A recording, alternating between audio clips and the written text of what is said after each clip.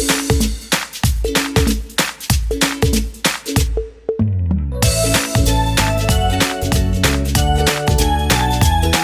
Everyone, welcome to GD classes. आज हम next chapter surface chemistry start करने जा रहे हैं। इससे पहले हमने केमिकल काइनेटिक्स कंप्लीट कर चुके हैं, ऑलमोस्ट सारा ही हो चुका है। इसके क्वेश्चंस रहते हैं वो हम वीडियोस में वीकेंड्स पे आती रहेंगी, वो देखेंगे। सरफेस केमिस्ट्री पढ़ने से पहले ये बता दूं, ये चैप्टर पूरा थ्योरेटिकल बेस्ड है ऑलमोस्ट। तो आपको 2 से 3 बार ये वीडियोस देख लोगे ना इस सारे चैप्टर्स की, और एक बार देन बुक रीडिंग बहुत जरूरी है। उससे ज्यादा तो कुछ और बोल ही नहीं सकते। एनसीईआरटी सफिशिएंट है 12th क्लास वालों के लिए। अगर कोई जैम और जेईई की प्रिपेयर कर रहे हैं उनके लिए मैं बोलूंगा कि आप उसको प्रेफर करना दूसरे के लिए। ठीक है, तो स्टार्ट करते हैं अपना chapter surface chemistry. Surface chemistry पहले है ही क्या सरफेस केमिस्ट्री, ये तो सुनो। सरफेस केमिस्ट्री केमिस्ट्री की वो ब्रांच है जो भी जितने भी सरफेस फिनोमेनन्स होते हैं उसको डील करते हैं। ठीक है, so it is a branch of chemistry that deals with the surface phenomena. जो भी आपके सरफेस फिनोमेनन्स हो रहे हैं, आपके एड्सॉर्प्शन हो गया है, ठीक है, वो आपके क्या कहलाता है, सरफेस केमिस्ट्री। मैंने एक टर्म बोली एड्सॉर्प्शन। ये एड्सॉर्प्शन क्या है? हां, एड्सॉर्प्शन नहीं, एड्सॉर्प्शन। एड्सॉर्प्शन पहले तो कैसा है, एक सरफेस फिनोमेना। तो इसको समझाने के लिए देखो, मैंने एक सॉलिड सरफेस लिया, ठीक है, सॉलिड सरफेस लिया और उसके ऊपर कोई भी चीज आकर अगर जुड़ जाती है बिकॉज ऑफ इंटरमोलिकुलर फोर्स, ठीक है, और चाहे वो कोई भी फोर्स हो सकता है, मतलब बॉन्ड हो सकता है, या तो वैन डेर वाल्स बॉन्ड हो सकता है या फिर आपका केमिकल बॉन्ड हो सकता है, डिपेंड करता है आपका एब्जॉर्प्शन किस टाइप का हो रहा है। तो इस तरीके के जो आपके प्रोसेस होता है या फिर फिनोमेनन होता है उसे आप एब्जॉर्प्शन बोलते हैं। और जिस तरीके से सॉल्यूशन बनता है, तो सॉल्यूशन में सॉल्यूट और सॉल्वेंट की जरूरत होती है। तो जिस चीज पे आकर वो एब्जॉर्ब हो रही है वो आपका क्या कहलाता है, एड्सॉर्बेंट। और जो चीज एड्सॉर्ब हो रही है उसे बोलते हैं आप एड्सॉर्बेंट।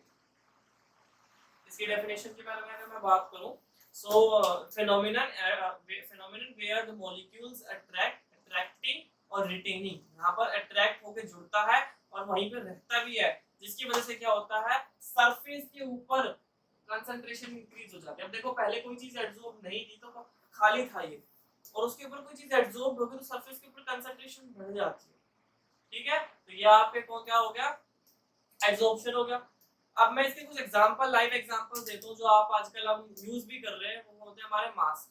जो भी मैं मास्क यूज कर रहे हैं, होता क्या है, कोई भी सर्जिकल मास्क भी अगर आप लो ना, आप एक हैंकी भी अगर मैं लूं, तो हैंकी में होता क्या है, हैंकी अगर आप लगाते हो, मास्क लगाते हो, तो जितने भी आपके डस्ट पार्टिकल्स होते हैं, मास्क में पॉइजनस गैस होती है, वो होती क्या, उस मास्क पे के उसमें चारकोल होता है, वो एब्जॉर्ब कर लेती है, उसको एब्जॉर्ब नहीं करती, एब्जॉर्ब, और उससे क्या होता है, हमारी फ्रेश एयर उससे आती है ब्रीथिंग के लिए। ठीक है, सबसे फर्स्ट एग्जांपल, लाइव एग्जांपल हो गया। दूसरा, आप देखते होंगे जब आपके बैग्स आते हैं तो उसके अंदर आपके छोटे-छोटे बॉल्स के पैकेट्स होते हैं। पैकेट होता है ना छोटा सा व्हाइट कलर का, उसको हम सिलिका बॉल्स बोलते हैं, जो आप अपने गेहूं की टंकी में भी डाल देते हो या डालते हो, आप उसको अलमीरा में भी डालते हो, जिससे क्या होता है, वो मॉइस्चर को नहीं पकड़ते। ठीक है, सॉरी, मॉइस्चर को पकड़ लेते हैं, एब्जॉर्ब कर लेते हैं, जिससे आपके अलमीरा में मॉइस्चर नहीं रहता या बैग में नहीं रहता, जिससे वो चीज खराब ना हो। इलेक्ट्रॉनिक सामान में भी आती है। दूसरी चीज, ठीक है, sugar, the sugar which we use is not a white. ठीक है, रियलिटी में वो वाइट नहीं होती, वो ब्राउन शुगर होती है।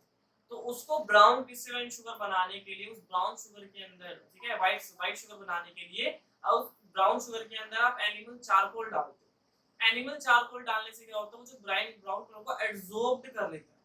अब एब्जॉर्ब करने से क्या होगा, एब्जॉर्प्शन फिनोमेना हुआ, आपको व्हाइट शुगर मिल जाएगी। और एग्जांपल दूं, किसी भी ऑर्गेनिक डाई के अंदर आप एनिमल चारकोल डाल देना, आपका होना क्या है, ऑर्गेनिक जो डाई है पूरी कलरलेस हो जाएगी। इतने सारे एग्जांपल्स बता दिए, एड्सॉर्प्शन बताया, एड्सॉर्प्शन है क्या, एड्सॉर्प्शन के एग्जांपल्स बताए। तो बेसिकली अब कुछ कंफ्यूजन नहीं होनी चाहिए एड्सॉर्प्शन में और एब्जॉर्प्शन। आगे एब्जॉर्प्शन के बारे में भी बताऊंगा। ठीक है, अब मैं बताता हूं आपको इसकी मैकेनिज्म क्या है। अगर मैं इसकी मैकेनिज्म, जो मैकेनिज्म में ये ना आगे के 3-4 टॉपिक्स कवर कर दूंगा, तो यार मैकेनिज्म जरूर देखना।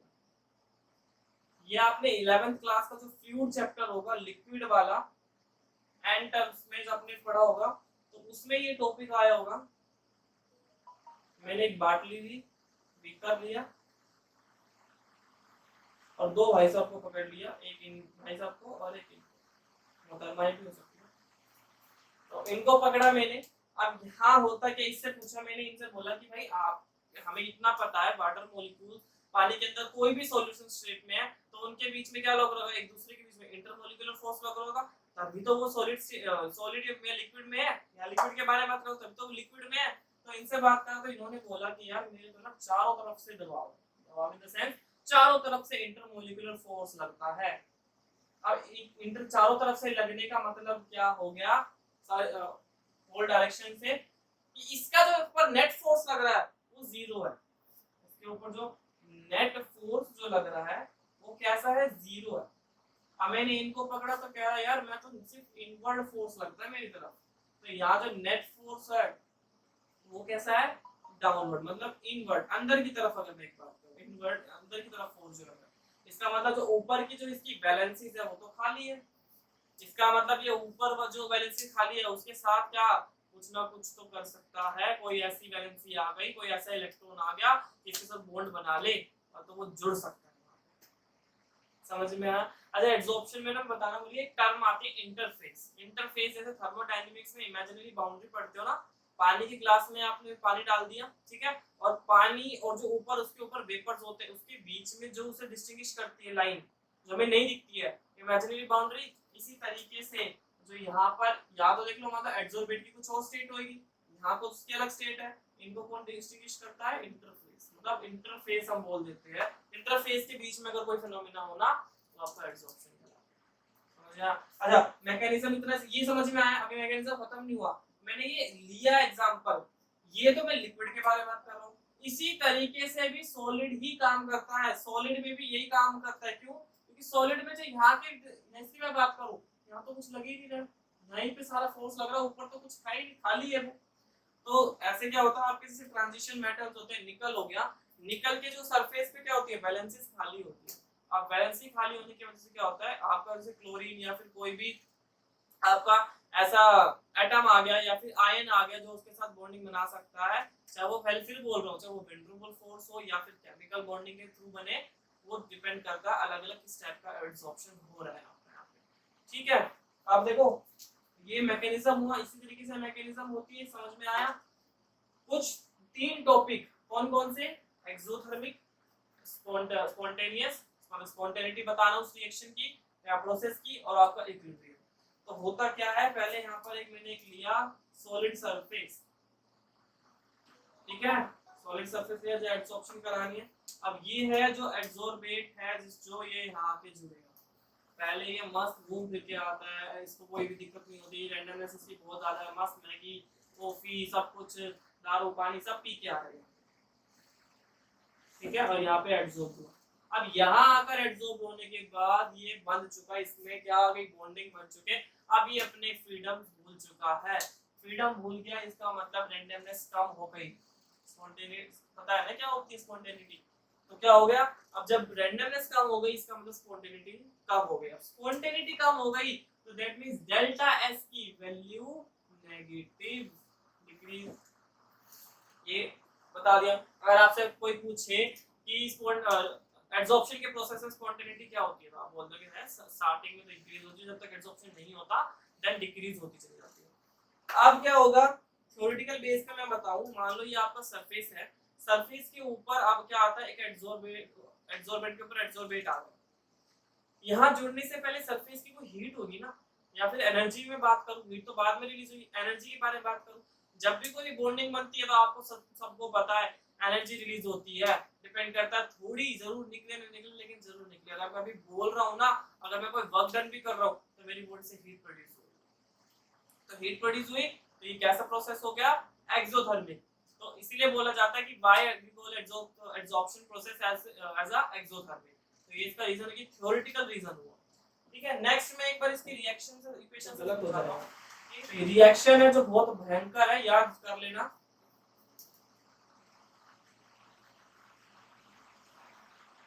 पढ़ी तो सबने ही होगी ये, या अगर किसी को भूल गया हो तो बता दूं, डेल्टा जी जो होता है वो आपका क्या होता है, गिब्स फ्री एनर्जी,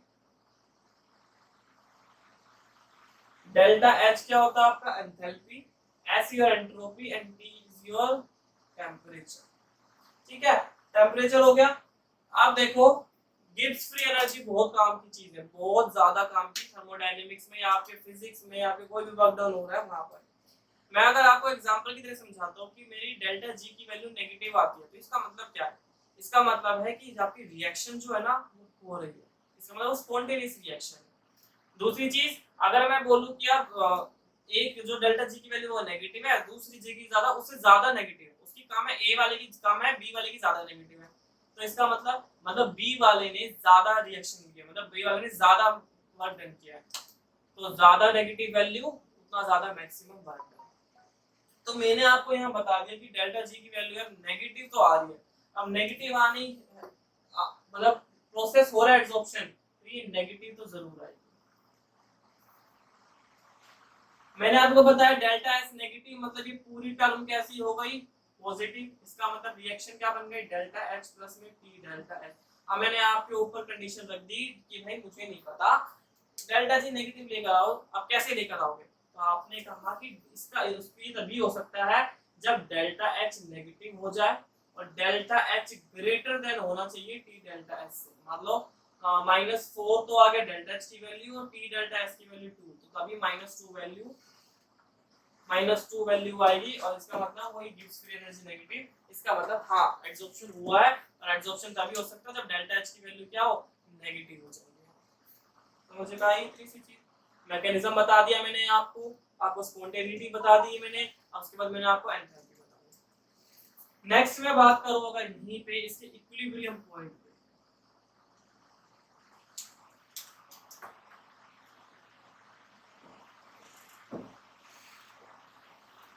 इक्विलिब्रियम क्या होता है? अब देखो स्टार्टिंग में क्या होता है, जब रिएक्शन आपकी चल रही होती है, जैसे अगर मान लो आपका एड्सॉर्बेट आया, एड्सॉर्बेंट के ऊपर हीट रिलीज हुई, एक सर्टेन टाइम पे तक तो रिलीज होगी, हमेशा उसी अमाउंट में जितनी निकले वही तो नहीं निकल सकती, धीरे धीरे सारी एनर्जी निकल गई, हीट निकल गई, एक पॉइंट पे आके जीरो हो गई। जीरो इन द सेंस कि इसके बराबर होगी, delta H equal to T delta S. तो वहां पे क्या होएगा, जब ये दोनों इक्वली आ गए तो डेल्टा जी तो जीरो, और जब डेल्टा जी जीरो तो क्या हो गया? इक्विलिब्रियम अटेन हो चुका है। मतलब इन स्टार्टिंग या इनिशियली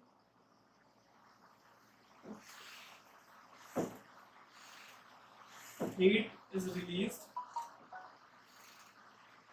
and then decrease।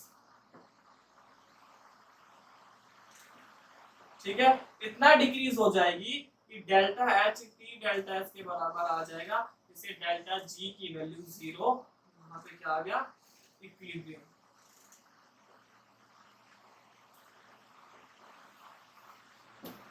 ठीक है, समझ में आ गया इक्विलिब्रियम कैसे आ सकता है? तो जैसे मैंने समझाया है ना, इस तरीके से क्वेश्चन को करके दिखाना। तो अभी तक जितना मैंने पढ़ाया उसमें से सिर्फ यही तीन चीज, मतलब एक्सोथर्मिक, इक्विलिब्रियम और स्पॉन्टेनियस, इनमें से चीजें पूछी जा सकती है और नहीं। नेक्स्ट मैकेनिज्म हो गया, उसके बाद मैं बात करता हूँ एब्जॉर्प्शन क्या होता है। एब्जॉर्प्शन बता दिया, एब्जॉर्प्शन और सोर्प्शन, इन तीन में डिफरेंस बिटवीन मुझे बताना है, क्योंकि बहुत ज्यादा बच्चे कंफ्यूज रहते हैं कि तीनों चीज अलग अलग डिस्टिंग्विश करेगी। तो मैं एक बार बात करूंगा एब्जॉर्प्शन के बारे में, यहाँ पे बात करूंगा एब्जॉर्प्शन के बारे में या सोर्प्शन। जो भी वीडियो देखे लाइक जरूर कर देना, कमेंट जरूर कर देना अगर समझ में आती जरूर है तो, और जो टॉपिक्स आपको पढ़ने हैं अपने एक्स्ट्रा तो मुझे जरूर बताइए। ठीक है, एब्जॉर्प्शन के बारे में मैंने अभी बता दिया कैसा फिनोमिना है, surface phenomena.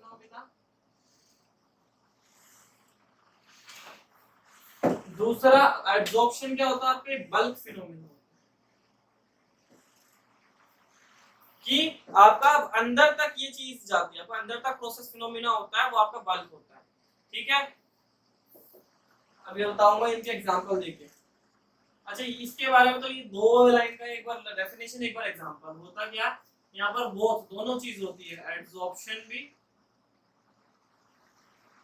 As well as absorption. दूसरे में बात करता हूं, आपको अभी बताया एब्जॉर्प्शन में रेट स्टार्टिंग में इंक्रीज होता है जब आपका एक्सोथर्मिक हीट रिलीज होती है, उसके बाद क्या होता है, डिक्रीज चला जाता है, जैसे हीट क्या होती है, डिक्रीज होती है। Initially rate increases and then decreases. Statement अपने आप लिख लेना भाई, समझाने का मतलब है यहाँ। उसके बाद यहाँ पे क्या होता है, rate is same through out the reaction, जब तक रिएक्शन आपका या फिर जब तक आपका प्रोसेस चलेगा, एब्जॉर्प्शन रेट वही का वही रहता है। इसके बारे में तो क्या ही बात करें। नेक्स्ट में इसका एग्जांपल देता हूँ। मैंने आपको भाई बाटली ली, बाटली में आपने क्या डाल दिया, जिसमें वाटर वेपर है, वाटर वेपर्स है, वाटर वेपर, उससे मैंने क्या डाल दिया, सिलिका जेल या फिर सिलिका बॉल्स डाल दिया, सिलिका बॉल के पैकेट डाल दिए, सिलिका जेल डाल दिया। उससे क्या होगा, ये वाटर वेपर है ना, इसके ऊपर सरफेस के ऊपर एडसॉर्ब हो जाएंगे। थोड़ी देर बाद देखोगे तो जो आपके बोतल में, आपके बीकर में जितने भी वाटर वेपर्स है वो नहीं, तो एडसॉर्ब हो चुके। अब मैंने सेम वही बोतल ली, वही मैंने आपने यहाँ पे वाटर वेपर्स डाले, वाटर वेपर डालने की यहाँ पे मैंने CaCl2 डाल दिया।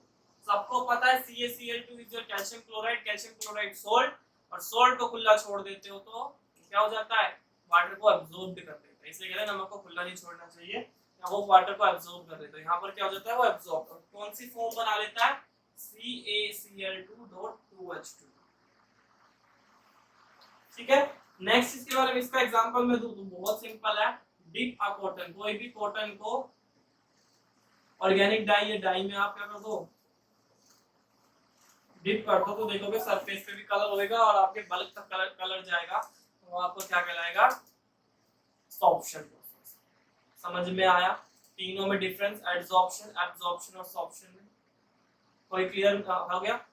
नेक्स्ट है पॉजिटिव एडसॉर्प्शन और नेगेटिव। कई बच्चे समझते हैं, अगर मान लो कोई क्वेश्चन पूछ लिया जाए कि मेंशन या फिर write two type of adsorption, तो पॉजिटिव नेगेटिव लिख सकते हैं, नहीं।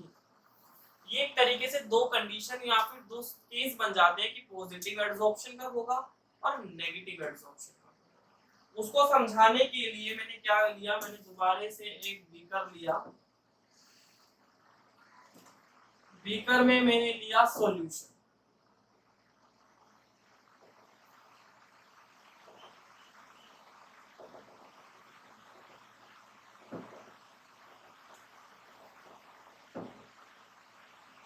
सॉल्यूशन कैसे बनता है, सॉल्यूट और सॉल्वेंट को मिला के। अब मैंने इस सॉल्यूट को क्या मान लिया, सॉल्यूट को मान लिया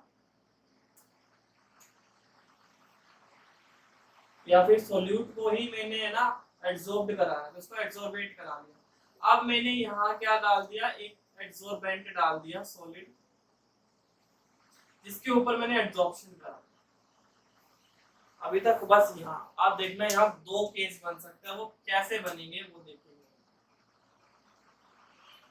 एक केस तो ये बन सकता है कि इस एडसॉर्बेंट के ऊपर ये एडसॉर्बेट जाके जुड़ जाए, मतलब एडसॉर्ब हो जाए।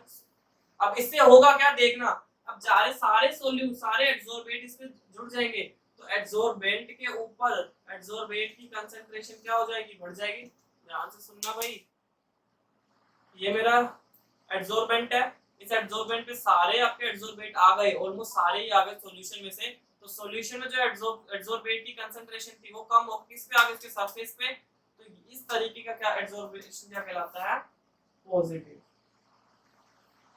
कब, when concentration of adsorbate is more at the surface of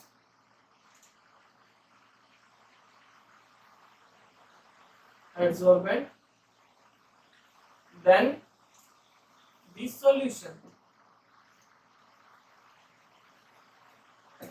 ठीक है, जहां क्या होगा, ये नेगेटिव बना, यहाँ क्या होता है, अब देखो दूसरा केस क्या बना, अब सोल्यूट ना जाके सोलवेंट यहाँ जुड़ जाए। ठीक है, दूसरा मैं यहाँ पे इसको रेड से दिखाता हूँ, सॉल्वेंट अब जाके मान लो यहाँ पर जुड़ जाए, ये नहीं हो रहा प्रोसेस, सिर्फ सॉल्वेंट जाके मेरा क्या हो, एडसॉर्ब हो जाए। अब क्या होगा, सॉल्वेंट तो एडसॉर्बेंट पे चला गया, सॉल्यूशन में मेरा सॉल्यूट बचा रह गया, या फिर सॉल्यूट की कंसंट्रेशन ज्यादा हो गई एडसॉर्बेट की, उस वक्त नेगेटिव कहलाएगा। क्या होगा, when concentration of solute is more in the bulk। Solution ना लिख के मैं यहाँ बल्क भी लिख सकता हूँ, ठीक है। अब इसका एग्जांपल क्या है, यहाँ पे जब मैं concentrated KCl in blood charcoal में अगर मैं कोई भी कंसंट्रेटेड KCl का सॉल्यूशन डालूंगा तो ये आपका ये प्रोसेस होएगा। और यहाँ कंसंट्रेटेड ना लिखे डाइल्यूटेड KCl डाल दूंगा वही ब्लड चारकोल में, तो आपको कैसा कहलाएगा, नेगेटिव एडसॉर्प्शन। कोई दिक्कत इस चीज में? बस इतना सा टॉपिक था। नेक्स्ट हम एक टॉपिक है उसको फटाफट पढ़ लेते हैं और ये इंपॉर्टेंट भी है। वो क्यों है अभी बताता हूं। देखो अगर मैं कोई भी काम करता हूँ, कोई भी काम स्टार्ट करता हूँ, वो कुछ भी हो सकता है, ठीक है। पबजी भी खेलते हो ना, तो पबजी खेलने से पहले या फिर आपको पता होना चाहिए कि मेरे को क्या क्या फैक्टर्स अफेक्ट कर सकते हैं। इस टाइम पे मम्मी तो आके काम नहीं बोल देगी, या इस टाइम पे यार वाईफाई का रिचार्ज तो हो रखा है ना मेरा, या इस टाइम मेरा नेट रिचार्ज तो है ना, 1.5 GB खत्म तो नहीं हो चुका है। फैक्टर्स है, अगर आपको पहले से ही फैक्टर पता हो तो आप आराम से खेलोगे गेम। इसी तरीके से मैं कोई भी अगर रिएक्शन कराता हूँ केमिस्ट्री के अंदर, तो होता क्या है आपको पता होना चाहिए यार ये फैक्टर्स अफेक्ट कर सकते हैं। मैंने टेम्परेचर उतना ज्यादा नहीं बढ़ाना, मैंने ये चीज इतनी नहीं करनी। तो अगर आपको पहले से वो चीज पता हो तो क्या हो सकता है, काम आसानी से इजीली हो सकता है, ये तो दिक्कत आती है। तो मैं बात करता हूँ कौन कौन से फैक्टर्स अफेक्ट कर सकते हैं। फैक्टर्स अफेक्टिंग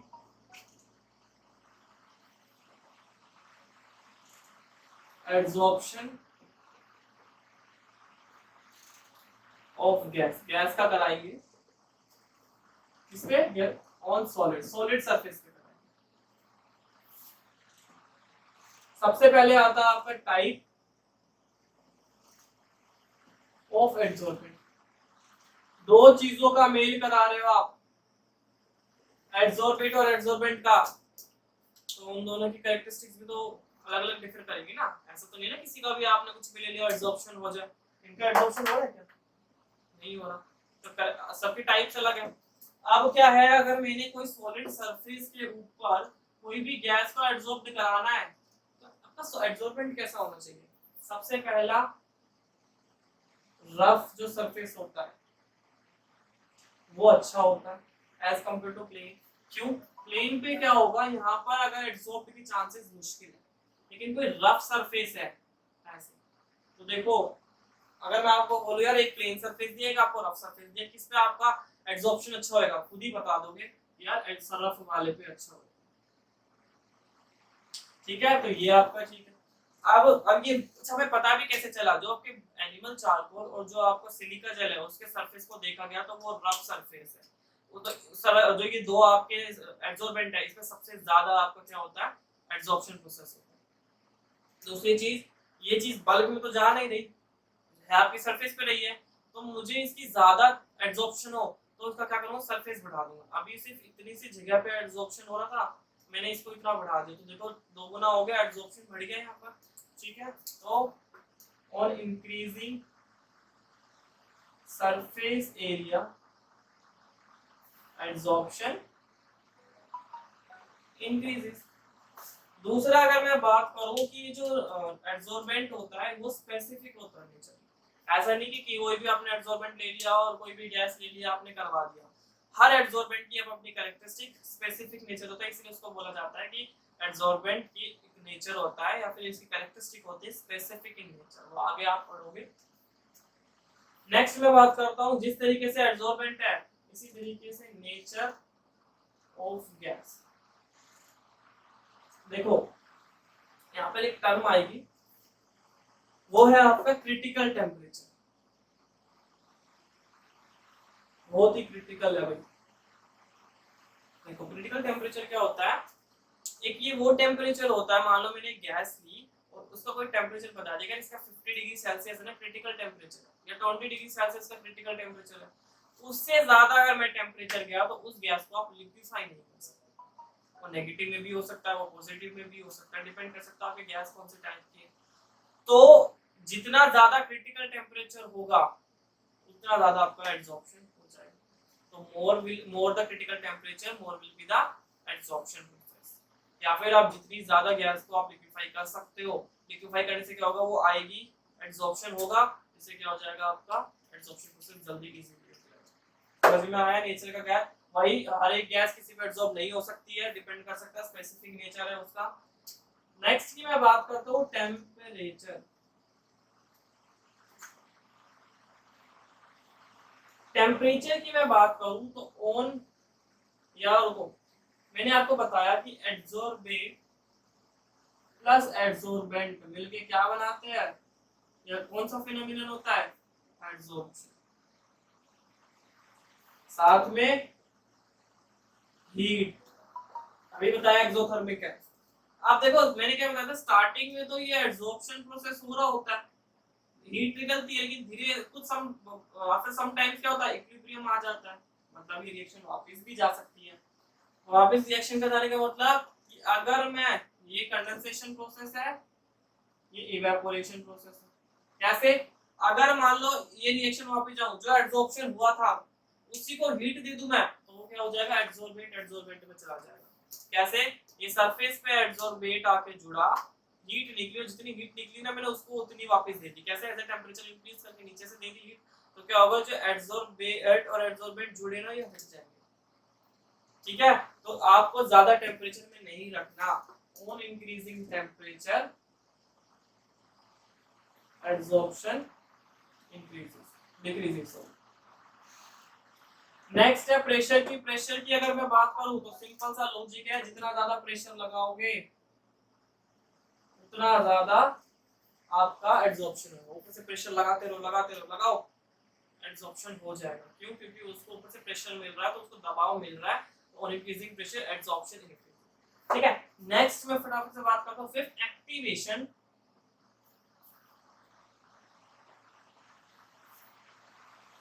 अब मेरा कोई ऐसा एड्सॉर्बेंट है जिसमें भाई एक्टिवेशन मतलब वो काम नहीं कर सकता, उसको मैं नहीं ले सकता, मुझे उसमें कुछ ऐसी छेड़खानी करनी पड़ेगी जिससे उसको मैं यूजफुल बना सकूं। जैसे मेरे रफ सरफेस को क्या बना, सॉरी प्लेन सरफेस को क्या बना दिया, रफ सरफेस बना दिया, तो उसका एड्सॉर्प्शन इंक्रीज हो गया, उसका एड्सॉर्प्शन अब हो सकता है, उसका मैंने सरफेस एरिया इंक्रीज कर दिया। तो किसी ना किसी तरीके से उसको एक्टिव करना, इनएक्टिव एड्सॉर्बेंट को एक्टिव बना देना, वो आपका क्या कहलाता है, एक एक्टिवेशन ऑफ एड्सॉर्प्शन। ठीक है, इतना सा आपका यहाँ खत्म हुआ, यही आज आपने पढ़ना था फैक्टर अफेक्टिंग तक।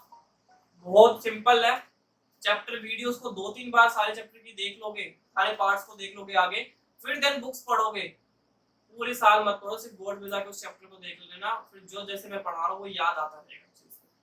ठीक है, सरफेस केमिस्ट्री आपका ऑलमोस्ट 3 to 4 या 5 लेक्चर में कंप्लीट हो जाएगा। सर केमिकल काइनेटिक्स पढ़ लेना, क्वेश्चंस आपके आते रहेंगे। नेक्स्ट वीडियो जो आएगी आपकी वो आईआईटी जेईई, तो जेईई या जैम आपके प्रीवियस सैंपल पेपर्स, वो कोई भी टॉपिक हो सकता है, वो प्रीवियस सैंपल पेपर जो है उनके सॉल्यूशंस आएंगे। और वीडियोस पसंद आती है तो लाइक भी करना भैया, शेयर भी करना, सब्सक्राइब भी करना।